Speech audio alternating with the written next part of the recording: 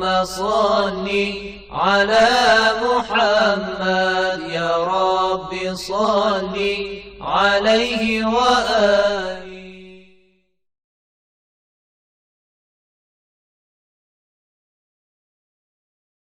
A'udzu billahi minasyaitonir rajim. Bismillahirrahmanirrahim. Alhamdulillahirabbil alamin wassalatu wassalamu ala rasulil azam Muhammadin sallallahu alaihi wa alihi wasallam wa ala ahli baitihi thayyibin tahirin wa ashabihil muntajibin. Aqulu lakum assalamu alaikum warahmatullahi wabarakatuh. Para pemirsa dan pendengar yang dirahmati oleh Allah Subhanahu wa taala, pada kesempatan yang lalu kita telah menjelaskan bagaimana tauhid dalam perundang-undangan, dan kita sudah membuktikan bahwa hanya Allah yang berhak dan mampu menyusun undang-undang bagi kita. Pada kesempatan yang baik ini, insya Allah kita akan membahas tentang dimensi tauhid yang lain. Kalau pemirsa ingat, kita telah membagi tauhid menjadi tauhid teoritis dan tauhid praktis. Tauhid praktis itu kembali kepada diri kita. Artinya apa yang harus kita perbuat ketika kita dihadapkan dengan Allah Subhanahu wa taala. Apa yang harus kita perbuat sebagai hamba. Ini namanya tauhid praktis, tauhid yang diterapkan dalam kehidupan kita. Tauhid praktis itu bisa kita temukan dalam ketaatan kita kepada Allah Subhanahu wa taala.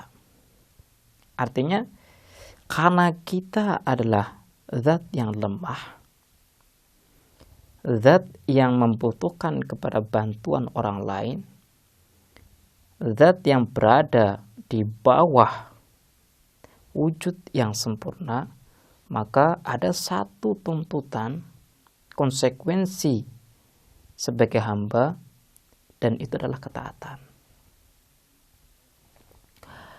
Yang namanya taat berarti kita mengikuti seluruh perintah yang telah diberikan oleh zat yang berada di atas kita.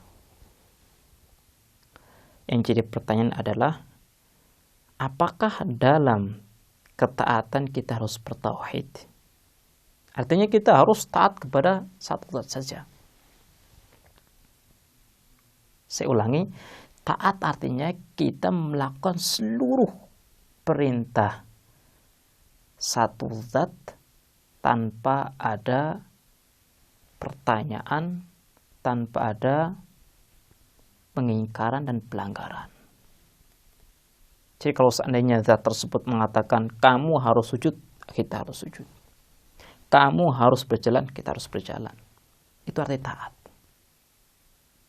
Jadi taat itu tidak ada batasannya. Selama zat tersebut memerintahkan kita untuk melakukan sesuatu, kita harus melakukan. Sekarang kita ingin membahas tauhid dalam dimensi ketaatan. Yang namanya ketaatan itu berkaitan dengan kesempurnaan. Karena ketaatan berarti kita kan menganggap diri kita itu hina, diri kita itu lemah, diri kita itu rendah, diri kita itu bodoh. Di saat ketaatan itu berhubungan dengan kesempurnaan, maka kita tidak akan mendapatkan kesempurnaan kecuali pada diri Allah Subhanahu wa taala.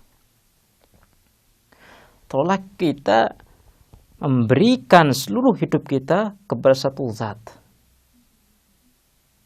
zat tersebut harus sempurna. Karena yang namanya taat itu kita sudah menyerahkan seluruh kehidupan kita. Kalau seandainya kita diperintahkan untuk membunuh diri kita sendiri, kita harus membunuh. Itu namanya taat. Karena yang maha sempurna hanya Allah Subhanahu wa taala, makanya yang wajib ditaati dan harus ditaati adalah Allah Subhanahu wa taala. Kalau seandainya kita mentaati selain Allah, maka kita telah berbuat syirik, berbuat salah. Kenapa? Karena orang tersebut tidak layak kita taati. Dia juga sama seperti kita kok. Tidak sempurna, lemah, fakir, bodoh.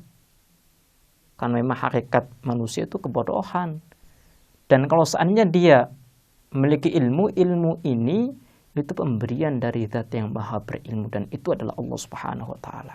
Kemudian muncullah pertanyaan, okelah kita meyakini bahwa Allah Subhanahu wa taala adalah satu-satunya zat yang layak ditaati. Tapi ingat, kita juga membaca Al-Qur'an. Al-Qur'an mengatakan kita harus taat kepada Rasul. Kita harus taat kepada Nabi. Apa ketaatan ini tidak bertentangan dengan ketaatan kita kepada Allah? Jawabannya adalah ketaatan kita kepada Nabi itu dikarenakan ketaatan kita kepada Allah. Artinya bentuk ketaatan kita kepada Allah adalah taat kepada Nabi. Karena ajaran dan hidayah Allah itu diberikan kepada Nabi. Artinya kalau kita ingin taat kepada Allah, kita harus taat melewati Nabi. Karena semua ajaran itu ada pada Nabi. Nah, kalau seandainya kita tidak taat kepada Nabi, bagaimana mungkin kita bisa mengetahui perintah Allah Subhanahu wa taala? Dan Nabi itu bertugas sebagai penjelas, mubayyin. Nah, kalau seandainya sesuatu Nabi sebagai penjelas tidak ditaati, maka mustahil kita akan bisa mengamalkan ajaran Allah Subhanahu wa taala. Makanya dalam Al-Qur'an Allah Subhanahu wa taala memerintahkan kita ati Allah wa ati'ur Rasul. Taatilah Allah dan taatilah Rasul. Artinya kita tidak akan mempraktikkan tauhid dalam ketaatan di saat kita tidak mentaati Rasul. Karena kita tidak melakukan perintah Allah Subhanahu wa taala. Dan kalau seandainya kita mentaati Rasul, kita pun harus meyakini bahwa Rasul itu ditaati karena Allah. Bukan berarti kita meyakini bahwa Rasul itu layak dan harus ditaati karena dirinya sendiri, bukan. Rasul juga seperti kita. Rasul itu manusia, Rasul itu makan seperti kita, minum seperti kita. Artinya tidak ada bedanya dengan kita. Yang membedakan antara Rasul dengan kita adalah Rasul itu memiliki hubungan khusus dengan Allah Subhanahu wa taala. Menerima ajaran langsung dari Allah Subhanahu wa taala, ini yang membedakan. Rasul bisa mulia karena Rasul itu sebagai wasilah dan perantara antara Allah dengan kita. Itu saja. Dengan kita menjelaskan tentang tauhid dalam ketaatan, maka kita harus kembali kepada diri kita sendiri. Kalau kita ingin sukses, berhasil dunia akhirat, maka kita harus jadikan Allah adalah nomor satu bagi kita. Makanya kalau kita melihat dalam kehidupan kita, terkadang ada berbagai persoalan yang mendorong kita untuk melanggar aturan Allah Subhanahu wa taala. Contoh, kita memiliki orang tua. Orang tua menyuruh kita untuk tidak sholat.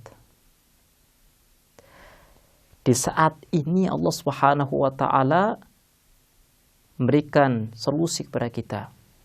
Kalau seandainya orang tua menyuruh kita untuk melanggar aturan Allah, maka kita tidak boleh melakukan perintah orang tua. Jadi Allah Subhanahu wa taala meskipun menjelaskan kepada kita dan memerintah kepada kita supaya kita berbuat baik kepada orang tua, tapi Allah pun memberikan batasan.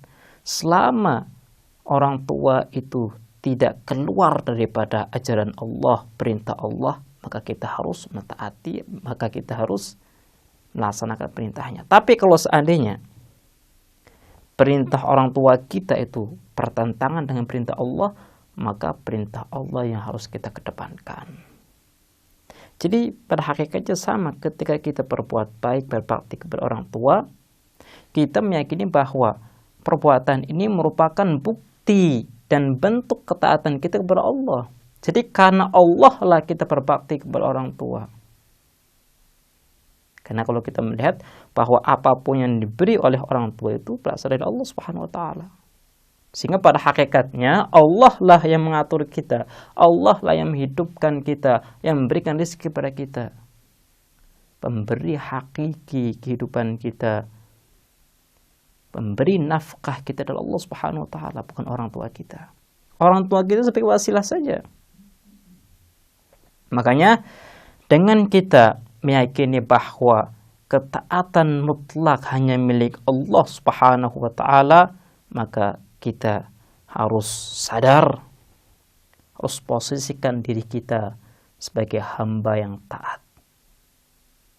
Dan ada poin yang menarik yang dibahas oleh ulama, bahwa kalau kita ingin menjadi orang yang bebas, maka kita harus menjadi orang yang taat kepada Allah Subhanahu wa taala. Mungkin antara kebebasan dan ketaatan secara zahir bertentangan. Kenapa? Karena ketaatan berarti kita harus melakukan peraturan-peraturan dari Allah Subhanahu wa taala. Kebebasan artinya kita terlepas daripada aturan-aturan yang ada. Tapi kalau seandainya kita meneliti lebih detail, memandang lebih rinci, hakikat kebebasan adalah ketika kita terlepas daripada sesuatu yang buruk. Di saat jiwa kita, ruh kita bisa menggapai kebaikan dan kesempurnaan, dan itu tidak akan kita dapatkan kecuali dengan taat kepada Allah Subhanahu wa taala. Makanya kebebasan yang diartikan oleh orang-orang barat adalah kebebasan yang salah. Mereka mengatakan kita bebas untuk berkata, tapi mereka mencaci, mencederai hati orang lain. Sampai ada orang yang memaki-maki Rasulullah, mencaci Rasulullah, menghina Rasulullah. Ini namanya bukan kebebasan. Kebebasan adalah sesuatu yang mencerminkan keindahan, bukan keburukan. Jadi ingat, hakikat kebebasan adalah ketika kita bisa melepas diri kita dari keburukan, dan itu tidak akan bisa kita raih, kita gapai kecuali dengan taat kepada Allah Subhanahu wa taala. Ini adalah tauhid dalam ketaatan.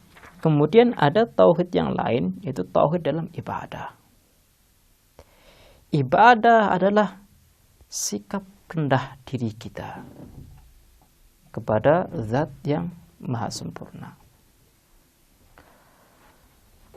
Ketika kita berbicara tentang ibadah, maka kita menemukan berbagai ayat Al-Quran di mana Allah Subhanahu wa taala berfirman, "Walaqad ba'atsna fi kulli ummatin rasulan an i'budullaha wajtanibut taghut." Aku itu, kata Allah, aku itu telah mengutus Rasul di setiap umat, dan aku memerintahkan kepada Rasul. Apa perintahnya?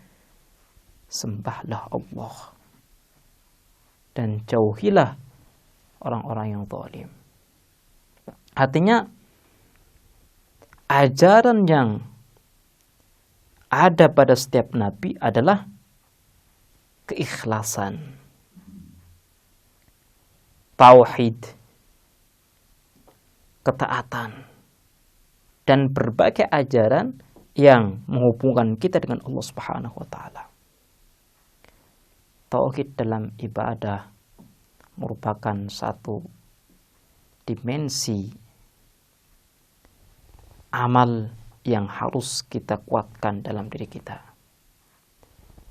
Kita harus mengetahui bahwa zat yang maha sempurna, yang patut dan layak kita sembah adalah Allah Subhanahu wa taala. Baiklah pemirsa, insya Allah kita akan melanjutkan pembahasan ini, karena memang pembahasan ini adalah pembahasan yang sangat penting, pembahasan yang sekarang kita hadapi, karena ada sebagian orang mengatakan kalau seandainya kita mencium kuburan Nabi maka kita telah syirik, kita beribadah kepada Nabi. Kita akan bahas persoalan-persoalan ini di kesempatan yang lain. Kita akhiri, wassalamualaikum warahmatullahi wabarakatuh.